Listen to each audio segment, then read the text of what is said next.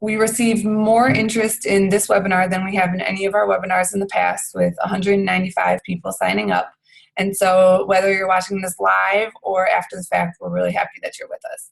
I think it's a clear illustration of the interest and commitment that UUs have had and are living into as we move into this amazing movement. So I'm going to read a very brief piece from Patrisse Cullors that was run in the Washington Post last week, just kind of framing the current political moment. And then Reverend Elizabeth Nguyen is going to give us an opening prayer. And then we're going to have our panelists kind of just talk about where we are today and the next steps and specific ways that UUs can really support the movement. So Patrisse wrote, "The goal of Black Lives Matter is to transform America's systemic hatred against Black people. Yes, we will fight for policy reform, but we know that every gain in this area can be retracted if we do not change the anti-Black culture in this country. Black Lives Matter affirms the lives of all Black people. We declare that the lives of Black queer and trans folks, disabled folks, Black undocumented folks, folks with records, women, and all Black lives along the gender spectrum matter. We are not asking for our humanity or worth to be given back to us. We are not begging for the rights promised to us in the U.S. Constitution and Emancipation Proclamation. We are demanding that the breath in our bodies guarantees our right to life, our right to freedom, our right to love, dignity, and respect." So with that, I'm going to ask Reverend Elizabeth to give us a little opening prayer, and then we'll get started. Thank you, Nora. So wherever we are, I just ask us to take a breath, whether we're calling in, whether we're in the midst of cooking dinner, or whether we're watching this later. Take a breath wherever you are. We gather grateful for all that we do in our homes, in our congregations, in our places of work, in our neighborhoods, to create a world where freedom and justice are not just words we shout in the streets, but are real in our systems. Spirit of life, God who is with us in those streets, on that corner, in the struggle, at our organizing meetings, who is with us when we are frustrated, angry, sad, despairing. Help us to know that the work of racial justice, the work to make Black Lives Matter, the work to make a world where Black people, people of color, survive and thrive and love, that this is what theology looks like. This is what family looks like. This is what our faith calls us to do. Amen. Blessed be, and may it be so. Awesome, thank you. So with that, I'm going to ask Reverend Julie Taylor to get us started for the evening. So, Reverend Taylor.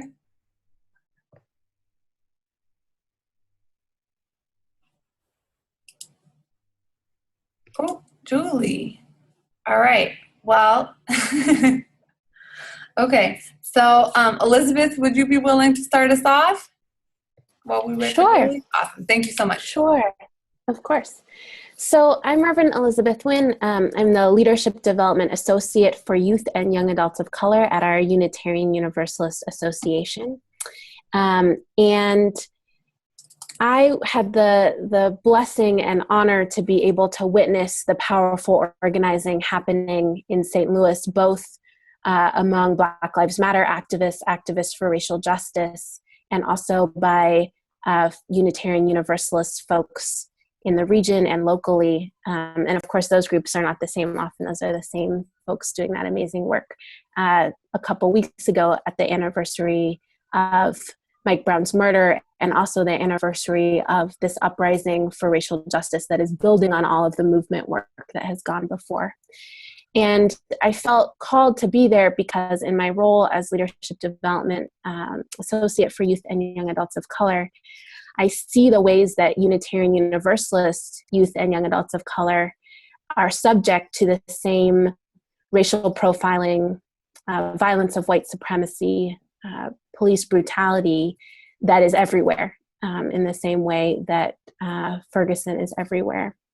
And so to minister to youth and young adults of color in this moment is to work for racial justice in our country. And that is just the truth, that there is not a difference between pastoral work and prophetic work in this moment, that they are linked inextricably. And that when we look at our racial justice front lines, we will find young people, whether it's about youth jobs, the school to prison pipeline, immigration detention. And we know that UU youth of color face racism, even if we don't always talk about it. And just as we need to show up for all of our UU young people, for high school graduations and recitals, for football games and track meets, we also are called to sit in courtrooms, to collect bail money, to witness to the ways that racism and white supremacy do violence to all young people, and in particular targeting Black youth, including Unitarian Universalist youth. And so I was just full of what felt like spiritual work to be in St. Louis, to witness to the organizing there, and also to connect, for me, the dots between the action of immediate witness that our Unitarian Universalist delegates passed that called for work around prison abolition, and the ways that the work that's happening in St. Louis is asking for alternatives to our prison and police system, demanding funding for those community-based alternatives so that we might transform our systems that are currently systems of harm into systems that have more love, more equity, more accountability. And I believe that to truly serve youth and young adults of color, we need to work for those systems. The only other thing I'll say is that it was, for me, a spiritually transformative experience to be part of a multi-faith action of clergy to present demands to the Department of Justice, to sing and pray on the steps of the Department of Justice in St. Louis, to be arrested, to sit in a jail cell with clergy and other movement leaders. And that I was personally transformed by that, by doing what serves our movement. So maybe I'll just pause there, and Nora, I'll let you pass it on to the next panelist. Awesome. Thanks so much, Elizabeth. So now we're going to hear from Reverend Julie Taylor, who's going to tell us a little bit more about the call that came from Ferguson, some of the organizing that they've been doing over the last year, and kind of where we're going. Hi, I'm Julie Taylor. I'm a community minister here in the St. Louis area. And in terms of initial call, I mean, I don't want to go too deeply into that. It was pretty apparent last August when everything happened. So that was pretty obvious as to what needed to happen. And so I jumped in pretty early, and a number of the other congregations and factions of the congregations have been doing a lot of different things here over the last year plus now. And one of the things that I wanted to say about, since I'm kind of here as a local clergy person and looking at ways for folks to connect in their local capacity and do some organizing within UU communities, one of the first things I think that's important to realize is that there's a place for everybody, regardless of what it is that you can do or what you think you can do or what you think you can't do. In terms of this movement, there's room for all of us. What we have to do is figure out what it is that we can do, what our skill sets are, and then find a way to plug in. There's work being done, and so it's really a lot about getting connected to what's already happening. For me, and for a lot of the UU groups around here in St. Louis, that those connections came from relationships that we had for other reasons. So for me, my connection came with Eden Theological Seminary, where my wife works and where I'm an adjunct professor, and I work with the UU seminarians at Eden. And the overwhelming majority of a lot of the local clergy that have been involved here from the very first night are Eden graduates here. So that was an immediate place to connect. Was to be part of what was happening and how Eden was connecting. And so that's how I first started getting connected, was from that relationship. A number of the other congregations also got connected through relationships that they had with other groups for other topics. And so I think that's an important way to think about. If your congregation is in any way doing any work, social justice work around like minimum wage, or interrupting the school to prison pipeline, or how history is being taught, any of the places where folks might possibly be connected to other circles, those are the folks to start to talk to, see where they're connected, and then find out through your relationships where you might be invited in. That's definitely what happened. As a result, I mean, obviously, initially we didn't have things like a Don't Shoot Coalition here, because that didn't develop, until a month or two down the line. Once that kind of structure was developed, then that was a place to plug in. So even if you don't have an official place, or an organization that's happening yet, it doesn't mean there's not going to be one. It doesn't mean that one won't develop, because that's definitely happening. So take a look at connections you have. I also think for white people, as Leslie Mack, who's on this call, has said, for us, it's not enough just to get woke. It's not enough for us to just start paying attention to our own place in terms of privilege and in terms of understanding white supremacy. And it's more than just that. It's more than just getting more education and having more conversations about white privilege, or even some of the curricula we do. It's great to do that. It's a good starting point, but it should be a starting point. It should not be the end point. It should not be where we're aiming, where we're heading for. So definitely we have to do our own work. Those of us with white skin privilege, we have to get woke. It's good to work to help other folks, but then do something with it.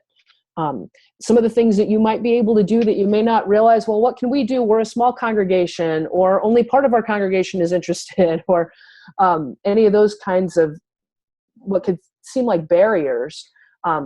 Take a look at what resources you have. If you've got a building, you might be able to be a meeting space for any number of events that are going on that folks really need to have meeting space for. I got to tell you, meeting space is a great way to do service and to provide opportunities for groups to meet. It could be that artivists, which are art activists, that artivists need a place to, do a build for an art piece that's happening, or a group may need to meet to, do strategic planning. So if you've got space, you've got a resource that people need right now. If you've got photocopiers that they can use, let them use your photocopier. A lot of groups that are beginning, don't have their 501c3 yet, right? Or they may not even have a mailing address, but they need to be able to get supplies, or they may need to be able to get mail. See if your congregation be willing to provide their actual physical location, their address, as a mailing address, so that that groups can stay in contact in different ways like that. One of the big things is, I think, don't wait for somebody, whether it's if you're waiting for somebody at the UUA, or waiting for the region, or waiting for somebody in your town, or waiting for somebody to say it's okay to start doing something. Just start doing something. Find a place wherever it is, and then if you find that you need support, or you need connections through the denomination, or through the region, or through your local ministers cluster, find the support. But don't let waiting for somebody to tell you it's okay to go stop you from starting. Find a place, and then look and see what kind of support you need. I think that's really important. There's a lot of examples of how we in St. Louis have been connecting here on a local level. A lot of you've probably seen and heard about the vigils that are predominantly white congregations have been holding in predominantly white neighborhoods across St. Louis. That's been a really important witness, and that's been a really important thing that's been happening here. Another thing, well, we've had a lot of UUs here that have been involved in street protests, have been starting to work in terms of legislation and lobbying for legislative changes. There's another thing that's just started that I haven't even shared with anybody else here on the call, because I really just kind of found out about it over the weekend. I got invited to be part of a group here that's primarily Unitarian Universalists, although not exclusively, but as I'm noticing the list, it is almost all UUs. And a group here has decided they're calling themselves the Racist Comment Response Team. And what that is they are looking at the local online, the newspapers and blogs and the publications, and online, there's always the comment section will just ruin your day. If you go to a comment section, a lot of articles that get written or editorials that get written, and that comment section is just mess you up. And so what this group has decided to do is to become the Racist Comment Response Team. And they have started to build a little database of responses, of data and information that they can then, when they see an article posted that they expect are going to get a whole lot of real negative responses, they are just overwhelming the comment section with the kind of information that we would like to see put out there and countering the real racist stuff that's out there. And so, and that's filled with people. I'm seeing some of them are across the age range. Some of them have been out in the street. Some of them are folks that aren't going to be out in the street protesting. So that this group has found that's a way for them to actively engage, the real overt racist stuff that's going on, and how it's connected to media and how media is portraying events that are happening, certainly here in St. Louis, which are happening. We've got things popping as recently as just this last week in terms of law enforcement, tear gassing neighborhoods again, and another young man being killed. It's not stopping here. So this is another layer of what some Unitarian Universalists here have decided to do. And I think that that's an interesting model for moving forward. There's a lot of places, and that's kind of what I want to leave you with, is there are so many places and ways you can be creative to find, to be a part of really trying to interrupt white supremacy and dismantle it, and not let that be the last voice and the loudest voice out there. That's one of the things that we can do. Leslie Mack has also, written about accountability for folks with white skin privilege, and who can who's got the authority to make decisions around doing actions or taking something on. And I think it's really important for those of us, again, with white skin, to know that it's okay for us to do an action. We can take some responsibility and step out. That's what's happened with Emerson with the vigil and Elliot with the vigil, is they said, hey, this is our neighborhood. We're going to do this. And we're doing it in alignment with, which is the key part here. How are you doing it in connection with and alignment with the larger motivations and the larger requests and the larger demands of the movement? It's not about having to ask permission, and only if we get permission can we go, but are we in relationship with? And so, you can ask, does this work? Are we is anybody else doing something on Tuesday nights that we're going to wind up in, taking up more space than we need to? You can have conversations, but you don't have to wait for permission. We have the authority to work, especially in our own white spaces, and we got to be out there doing that. And that is what we should be doing for sure in terms of a first line of work. So, we have the authority to do work as well, and to step out and to take initiative. And I think that's a really important thing at this point. If you're only waiting and the only authority that you're willing to hear for those of us, that are white, is a person of color, that's putting a lot of pressure on the people of color that have their own work to do, and they're leading big movements. So, be in alignment with, be in relationship with, but don't be annoying too. That's something that we can do. Thank you so much, Julie. I really appreciate your leadership, and looking forward to hearing what's next. So one thing that Julie really lifted up was what accountability looks like, both within our faith denomination of Unitarian Universalism, but also across faith. And so I think next we're going to hear from Reverend John Selders, who's really been leading the Moral Monday Connecticut movement, along with many other activities, organizations, and community-based projects. So, Bishop Selders, why don't you take us away and tell us a little bit about your work? Sure. Hello, everybody. Am I being heard? Can you hear me? All right, great, great. Thank you, Nora, and my UUA family. I'm an outsider, but not really. Um, and so I am godly proud and pleased, and so very, very grateful to have the opportunity to be in this conversation, but also to be in partnership with so many Unitarian Universalists. Our work here in Connecticut really came out of and directly related to my relationship to St. Louis and to Ferguson in particular. Many of you may know, but you may not know, St. Louis is my home. So when this thing jumped off a year ago, it was very personal to me. And so we were home, you know, in short order, like many folk who heard the call somehow to come back home and be in relationship with what's happening on the ground. I was making calls. My parents still are alive. They live in St. Louis. My wife and my children were born in St. Louis. I have nieces and nephews who live in Ferguson. So, you know, it was a big deal. It still is a big deal. And we are all over the place. There's not unanimity even amongst Black people. Can I just say that and y'all won't be mad at me? All right. Okay. Folk are all over the place around this issue and around what have been the responses. So what Nora asked for me to do is to kind of make some connections. I love the title of this conversation, Ferguson is Everywhere.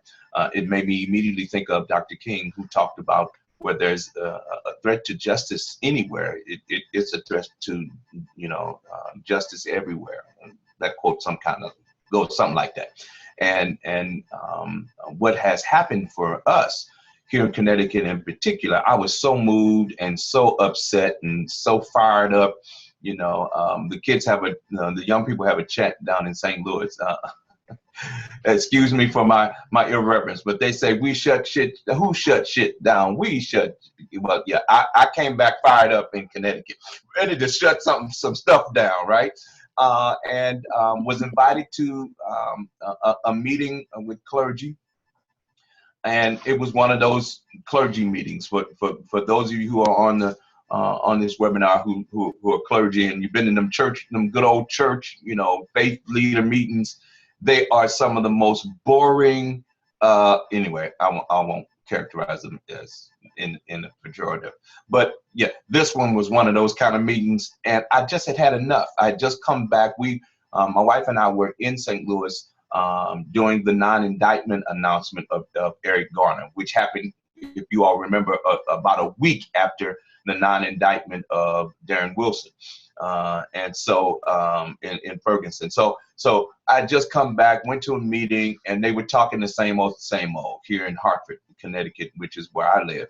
They were saying, why don't we meet with the police? Why don't we have a community? You know, and I just said, before you all get too deep, because I'm gonna have to go. I'm sick and tired of being sick and tired.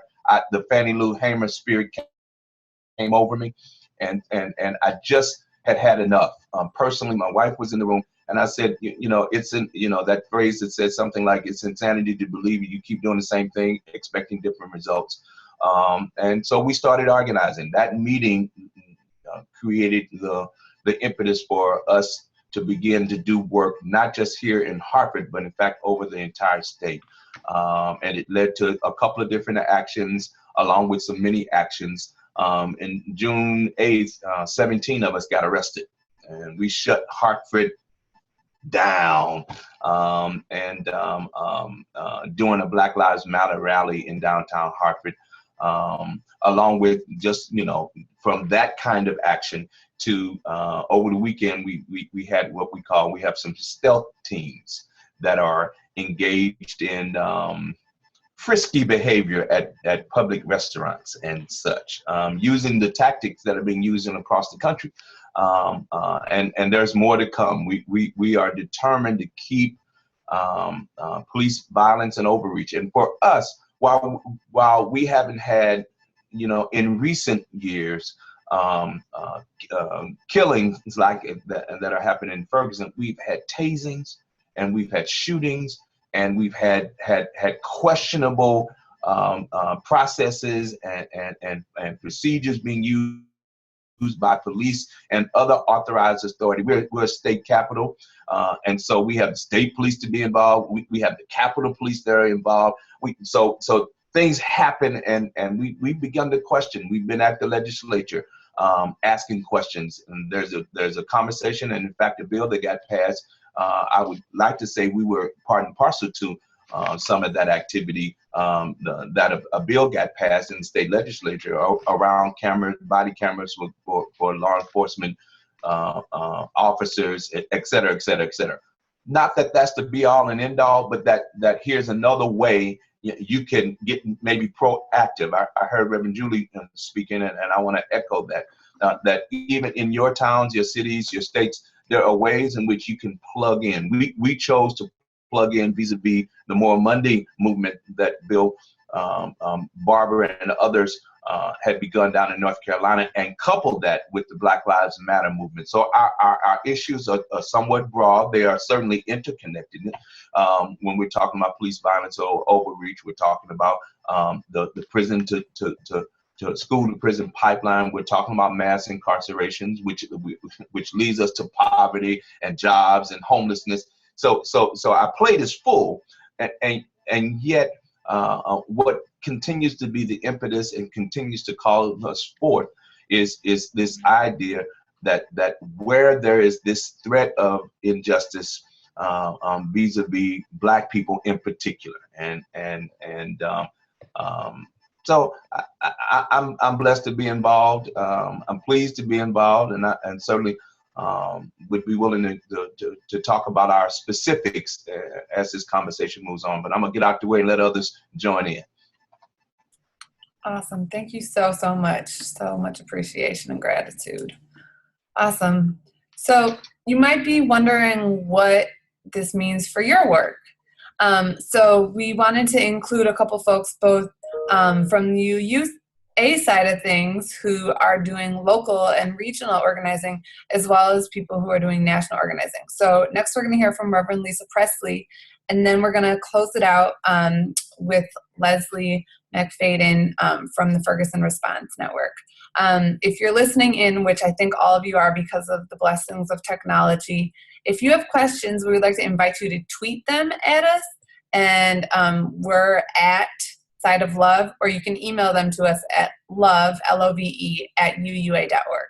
And as I said, this will be recorded. This is not the last time we'll be having these conversations, and so stay tuned. But if you have a question, we would love to receive it.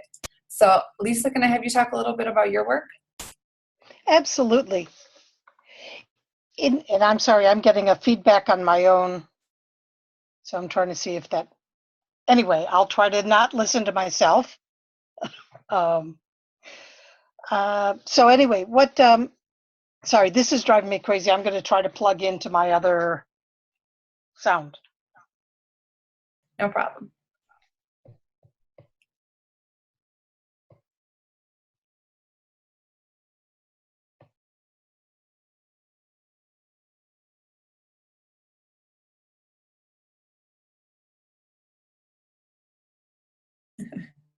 Thanks, everyone. If you're on the phone, we're just working it out. Appreciate you. No, we can't hear you. You can hear us. Great. Half of the battle.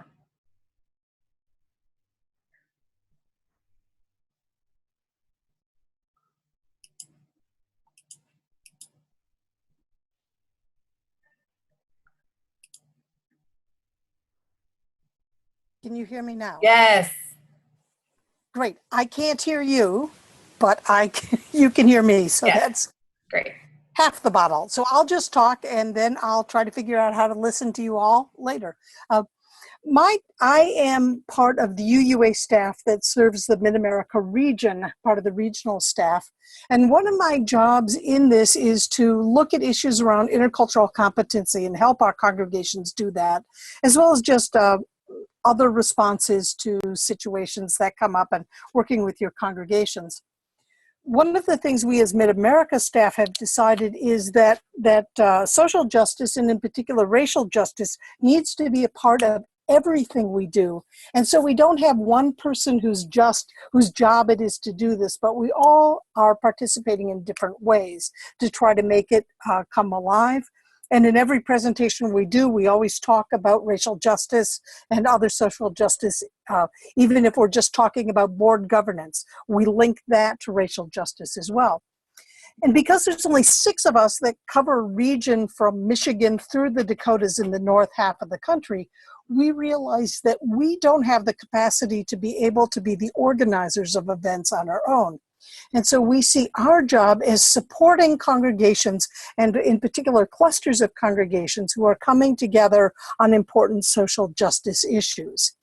And so when we learned that there was this upcoming event in Ferguson, and we knew that Julie was the point person for the St. Louis cluster, we talked to her and said, how can we best support you? And entered into a collaborative venture with our staff at 24 in the social witness department in the multicultural growth and witness area, and with Standing on the Side of Love to see how we could do this. So some of the services that we offered were things like registration, so we could keep track of who was there, and making sure that we were getting things like photo releases from people, in providing that information. So we would be the conduit of the information that we were getting from Julie. As a team, we all met regularly to make sure we knew what was going on. And as you can imagine, it was a very fluid situation with everything changing day by day. And we had no idea what was going to be happening any one particular day to the next. And so we needed to be a little bit nimble on this. But we would keep up with the phone calls between the staff at 24 and in Washington, and Julie in St. Louis area, Ferguson area, so that we could know what was going on. And part of what we see our job to do is to support that local movement. We realize that the time has really gone by for us to be the ones in charge, especially in racial justice, and that our job is to listen to the people on the ground and support them in the work that they're doing, not thinking that, oh, we have all the ideas and how to serve and solve these issues. So there were 2 of us from our 6-person program staff who were able to be in Ferguson this time. And it might be that there are others of us at different events in the future, but we're here to help support and get this going for congregations. Awesome, thanks. And now I'll start lip reading while I try to get back into better audio. Thank you, Lisa. Great, awesome. So now we're going to hear from Leslie, who's been doing just amazing and magical things on and offline over the last year since I met her in the interwebs. But I would love to hear you just talk about kind of the scope of your work, where you see you use plugging in because of all the leadership you've been able to have. And then I'll ask all the panelists, and I'd love for Leslie to get us started, just sharing kind of what's something that energizes you about this movement moment. Great, thanks Nora, and thanks to everybody else that spoke before me. I appreciate that, them coming through loud and clear. Great. And Julie, your haircut looks great, by the way, as well, just to say that. Anyways, so as Nora mentioned, I do run the Ferguson Response Network, which started off as a Tumblr, and it grew out of work that I did directly with Julie on the Ferguson UU task force. We kind of had a bunch of us that were getting together right after Mike Brown was killed last year to discuss different ways to connect our faith to what was going on the ground in Ferguson, and that took the shape in a couple of different ways. We had a media toolkit we put together. We put together some tools for services, and then some things to be used during Art E. And those conversations kind of let me really see kind of what was going on the ground in St. Louis and in Ferguson, and how little bandwidth they really were going to have to connect other people to things that might be going on around the country. You know, there was a lot going on, and they really needed to be focused on their community and what was going on there. And certainly they had lots of people that were coming in there. And so I kind of reached out to about 20 organizers that I knew around the country and just said, hey, listen, are you guys going to do anything when the grand jury announcement is made, and what would that look like in your city?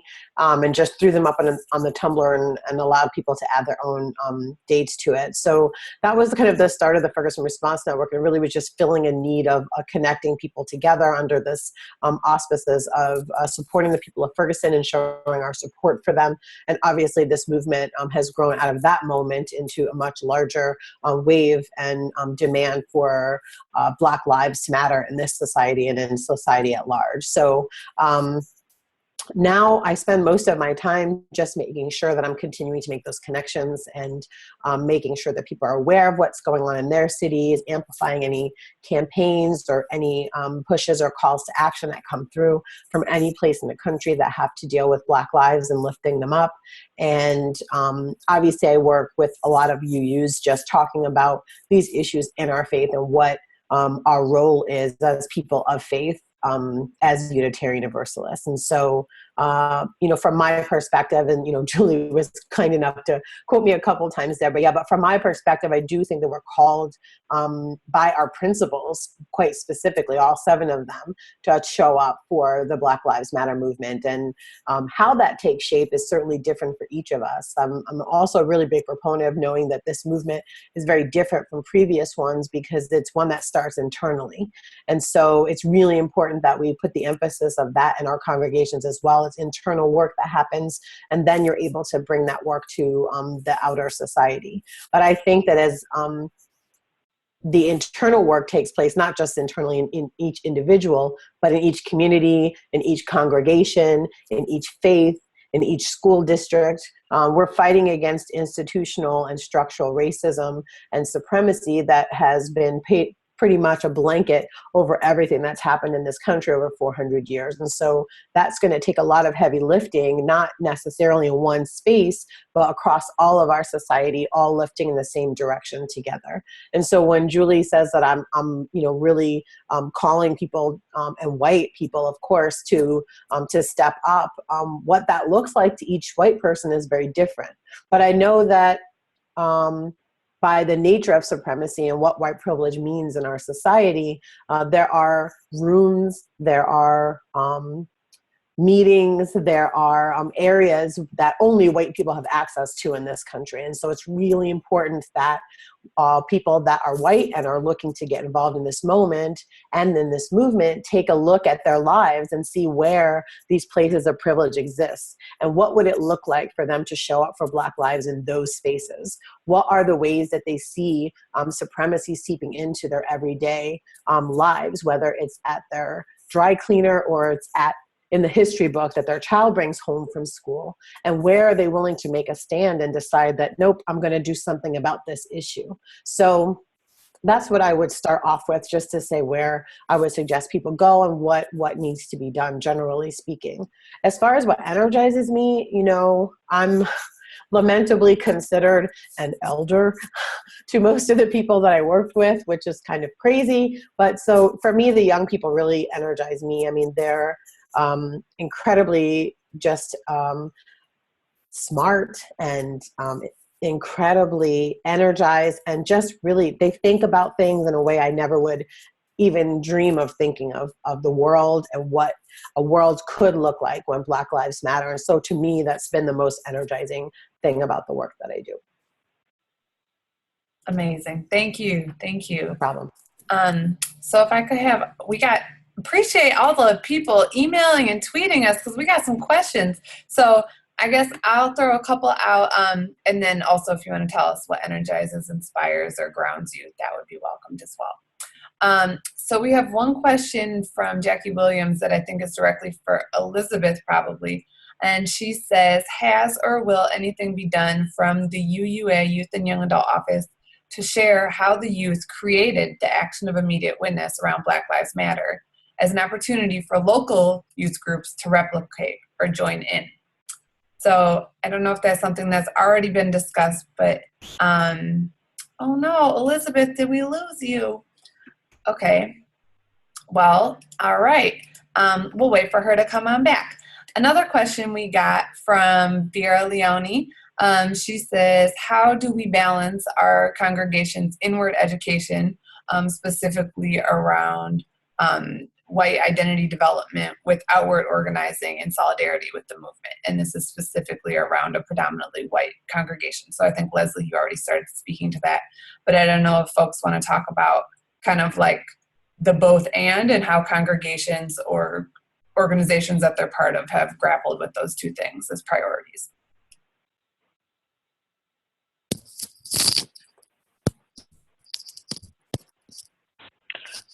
Well, I can say one thing, that I think that you know, a lot of it, in many of our congregations, it can be a multi-pronged thing. It does not have to be either inside or outside.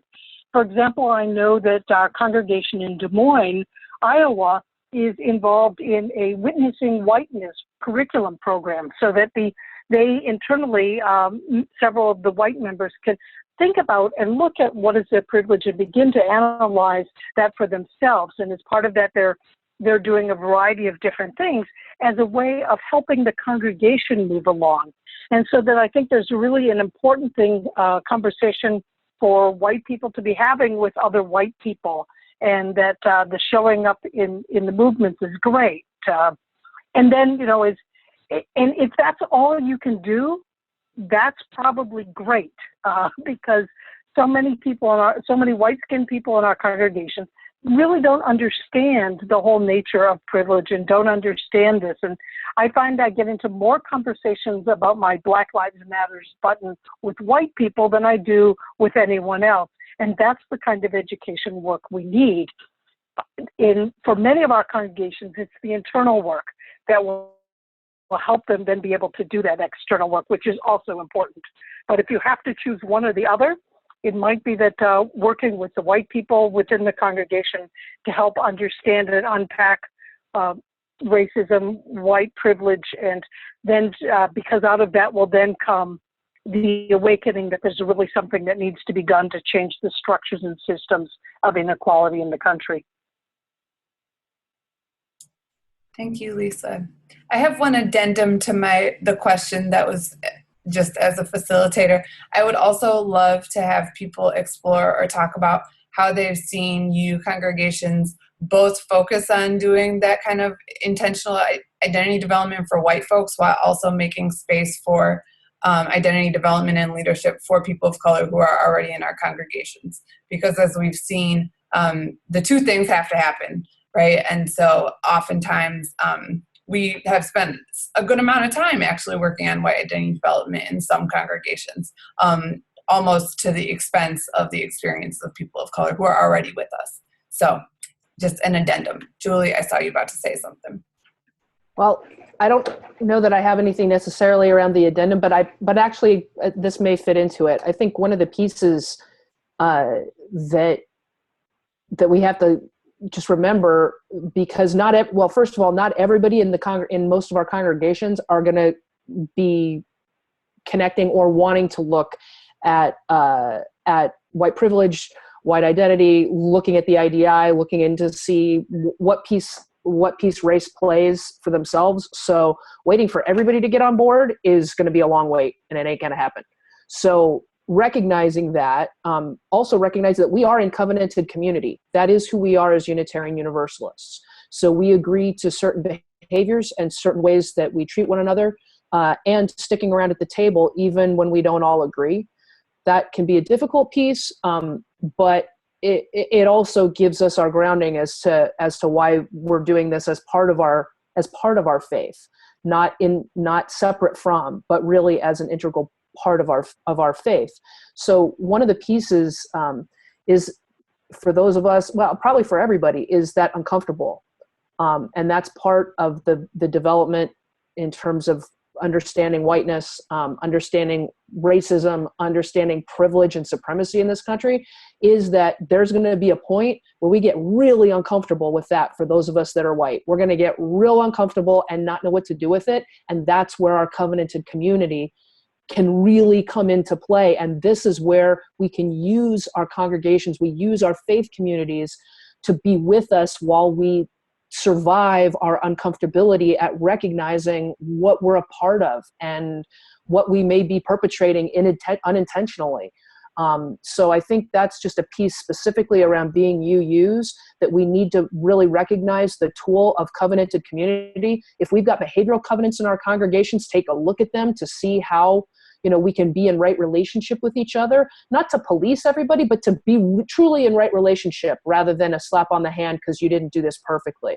I think that's something that's really key. A tool that we have is now this action of immediate witness. I mean, that's a tool that says that our denomination, GA voted, that is the voice of our denomination, said that this is something that's important and something that we need to bring into our congregations. So even if 100% of the folks aren't on board, guess what? Denomination says we can do this, and it's an important thing that we need to be working on. And so that uncomfortability, those conversations, just existing within that, but remembering always that we are a people of the covenant, not a people of the book. And so we're people that make promises to one another, and that we make promises to the greater web of existence. And really to live out this faith is to be uncomfortable often. So don't do it alone. Don't do it alone. Thank you. I appreciate that. Awesome. So Elizabeth, I see you're back. We got a specific question to youth and young adults about how the learnings from the process of the AIW being developed might be shared more widely for modeling for youth groups and other young people. Sure, yeah. Actually, one of the young people who was the Fun Times manager for our General Assembly Youth Caucus, Isabel McCurdy, wrote a blog post for the Blue Boat blog, which we can send that link out to other folks, that told the story from her perspective of the action of immediate witness. And I think one of the really powerful pieces there is her thinking about her identity as a young white woman and her own realizations around racial justice, and then how she went deep into what does it mean to engage allyship or to be an accomplice in the positive sense of the word. And so that blog post can totally be shared, and I think is a neat window in. But I think one of the really key pieces about that is Isabel and many of the other young people who are part of moving that forward at General Assembly are alumni of some of our youth leadership development programs, some of our regional and district youth leadership development programs, as well as our national programs, like the Activate programs run by the UU College of Social Justice, which Isabel was an alumni of, as well as the UUA Youth and Young Adult programs. So I think there's some powerful stories there in terms of the way that youth have always led in justice movements in our world, in addition to within Unitarian Universalism, and that there is wisdom and power with young voices. And I guess maybe just the other thing I wanted to add is I feel grateful that in my home congregation, I feel like I see a model of a congregation that is doing examining whiteness curriculum and also is showing up in the streets. My home congregation of Miami Valley Youth Fellowship is located in Dayton, Ohio, near where John Crawford III was murdered in a Walmart by police a little over a year ago. And they are doing that work that both engages white people around white identity development, that also honors the voices of youth of color and their stories and their spiritual needs and our spiritual needs, and then also that takes that work into the streets. So I think it is possible, and it doesn't always have to feel draining. It can feel incredibly life-affirming to do this work in small groups and in our worship and in the streets. So thank you for that question, Jackie. Yes, thank you. So I'm looking at the clock, and we're going to take one final question, and this is not the end. So I'd like to invite any or as many of the panelists who are interested to share. There are 9 folks listening at Fourth Unitarian in NYC, and they are asking for any tips for starting community partnerships and kind of opportunities and suggestions for how UUs can start aligning our work with the larger movement. So,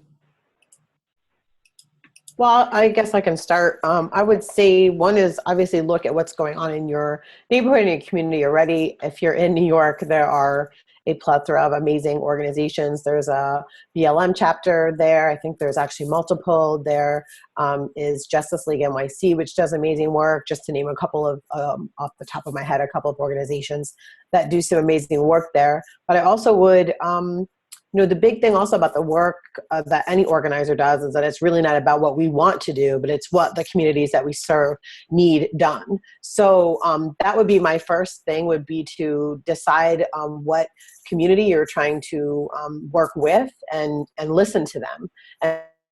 And really see what their needs are and do your best to meet those needs. Because that's really where the work has to come from. It's not about anybody coming from outside or anybody trying to decide what works best for a community, but it's for the community to decide what works best for them. And then we assist them with doing that. And I think that that's actually about as much a definition of our structure as a faith as anything else. So we should be very used to the idea of bottom up deciding what happens. So this is something that's very familiar to us as UUs, and so we should be really easy to slip into that model in our communities as we try to serve them. thank you. Yeah. Hey, Fourth U, that's my old congregation. It's where I got ordained. This is so. One of the things that I would also say for everybody is that to go in and just to follow up on what Leslie said, see what people what their direction is that they want to go, and then just say, what do you need? What can we do? And look at your own skill set, your own. Maybe it's fundraising. Maybe you can do a little fundraiser in your building. Maybe it is helping clean up at the end of something. Whatever you can do. If you've got 4 people, that's 4 more people than the group had to begin with. So you don't have to come in to take care of, to save, to fix. If you come in with any of those ideas, you're going to wind up tripping over your own feet and maybe getting asked to not help so much.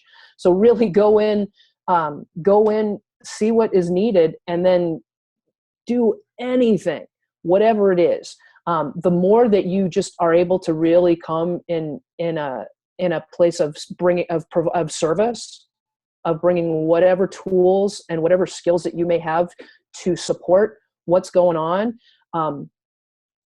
Go in humbly, but go in to stick around, and not to expect to float to the top and be able to be running the joint within the first couple of weeks. Because of course, we really know what really needs to happen here. So just let me get my foot in the door and I'll take care of things the way they really need to be done. That kind of attitude is not needed right now. It is not helpful. And keep it that in a board meeting. Like, we don't need that. You don't like it in a board meeting, don't do it in other people's meetings and other people's organizations. Go in to really provide whatever service you can. You will find a place. There are so many groups. This is such a wide variety of channels that are all channeling into the same place right now. And find one. You don't have to find all of them. Find one and go in to serve.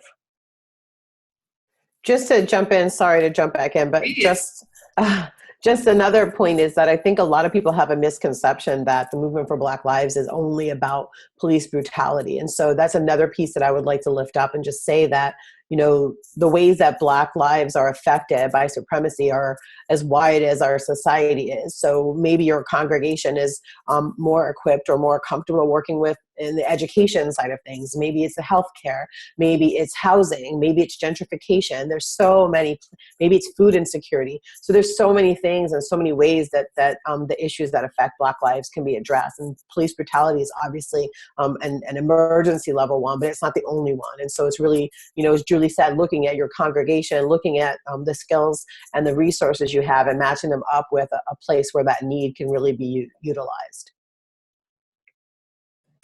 Awesome, thank you. Any other last words from folks? Sure. This is John Selders. I would also say too, not to do anything is unacceptable. In so many places across this nation, we are in a state of emergency. And so many of us cannot, it's a luxury not to do anything at all. I wish that were the case. I could just be off somewhere sipping on a little mint julep somewhere this summer. I haven't had a vacation this summer. I'm not patting myself on the back. I can't take a vacation because the work is so demanding. And so what I would also say is that you cannot, even if you don't sense the urgency, trust some of the folk you trust, whoever they are. You believe them. We are under siege, some of us, and we need your help. We need your support. We need your prayers. We need your hands. We need your feet. We need your money. And at this point, I need you in the way a little bit. So if you just show up and don't quite know what to do, stand there. We'll get you something to do in a few minutes. But what the other thing I'll say is that this has been my own experience. We have not had people enter the work as guests. And so that's another caution word to enter, understanding that we are entering in a work. God is already there. Divine presence and sacredness has already been established in the work somewhere, wherever you are, and enter in humbly and gracefully. And then allow the vibe to shift you and take you and lead you and guide you. I find so often amongst some of us, we're a lot of cerebralness that occurs. We do a lot of thinking. What I would encourage you and invite you to do is to be heartful as well. I don't want you to leave your thinking. We need good thinking, but also to be heartful. And to center oneself. That's why I invoke the spirit of a guest. Thank you so much. Awesome. Well, with that, I'm going to close us out with some words from Bell Hooks' Killing Rage, which still seems just as relevant as it was when it was written, probably in 1994. Beloved community is formed not by the eradication of difference, but by its affirmation, by each of us claiming the identities and cultural legacies that shape who we are and how we live in the world. So let us move forward, and thank you so much for joining us and working through all of the technical difficulties and onwards. Thank you all. Thank you. Have a good evening. Good night. Bye, everyone.